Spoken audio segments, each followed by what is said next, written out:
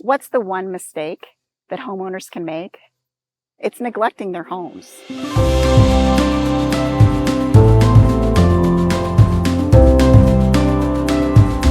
So recently I received a call to list a home, and this couple invited me over to their home to review it. And prior to my appointment, like I always do, I prepared a comparative market analysis based on homes that had sold in the neighborhood. I could tell you that it was a very desirable neighborhood. Homes built between the late 1970s to probably the early 2000s. Generally, the bigger the house, the higher the dollar amount. Again, the homes weren't new, but if they had updates and if they were in the larger category, a higher price could generally be expected. Of course, I arrive and I immediately pull in the driveway and I notice some issues with the exterior of the house. And number one, curb appeal is everything. So at the very outset, I pull in the driveway. My first impression is that this house has been neglected. The trees were overgrown. They were causing root damage to the sidewalks, the driveway, and just generally showed a bit in disrepair. As I walked up the front walk, over some steps that were a little uneven because of the overgrowth, I also had to kind of duck around bushes. So I'm thinking already, I'm going to have to tell this couple that they have to do something to their yard. I get inside, they open the door. Previously on our appointment on the phone, they had said, they'd made some updates to the house. So I was very expectant to see some really great updates to the kitchen and bathrooms, which, as you know, are high ticket items. And unfortunately, yes, they had done some of those updates, but what they hadn't done was much more glaring and obvious. Number one, the moment you walked in, the house had a slight odor. I mean, like pet odor. And that is something that a buyer is definitely going to notice the moment they walk in. We can do a lot with photography. We can do a lot with videography. But when a buyer walks in your house and they initially smell it, that is something that is definitely going to be on their radar.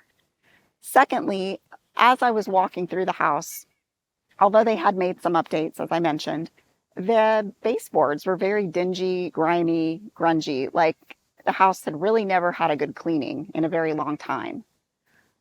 We proceed to walk through, and I'm noticing a lot of areas where there had just been a lot of wear and tear on the house.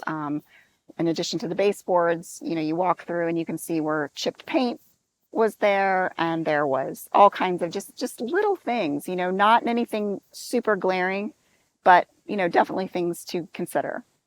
We sit down at the table to start discussing, just ask questions about, how old's the furnace? How old's the roof? And what really got to me was they said, oh, well, the furnace is new. We bought it when we moved in 20 years ago. So it was new to them 20 years ago, but that does not mean it was a new furnace. And I could not list it as a new furnace.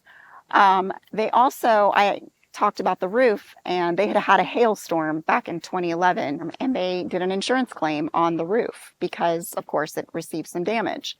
They received the check for the insurance claim, and instead of actually replacing the roof, they just patched it.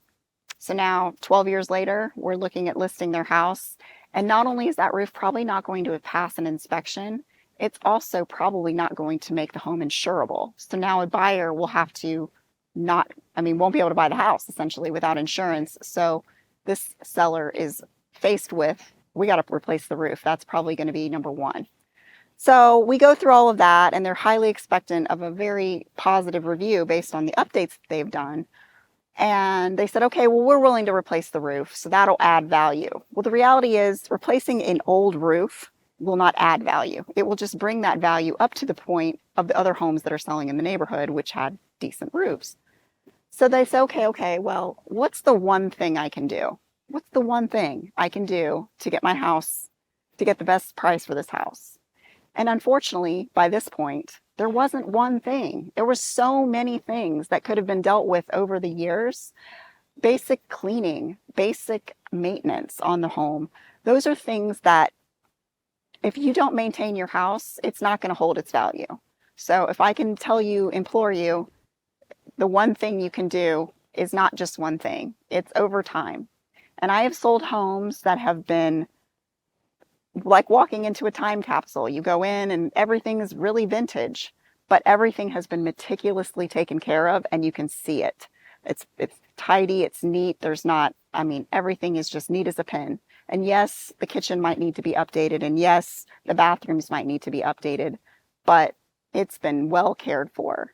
And then I've walked into homes like this one where they had attempted to do some flip to certain areas to make it look better for photos. But I will tell you that that home will not sell for top dollar because of all the maintenance issues that were neglected over the years. So make your choice. If you're going to take care of a house, pick the maintenance items over the beautification items every day of the week.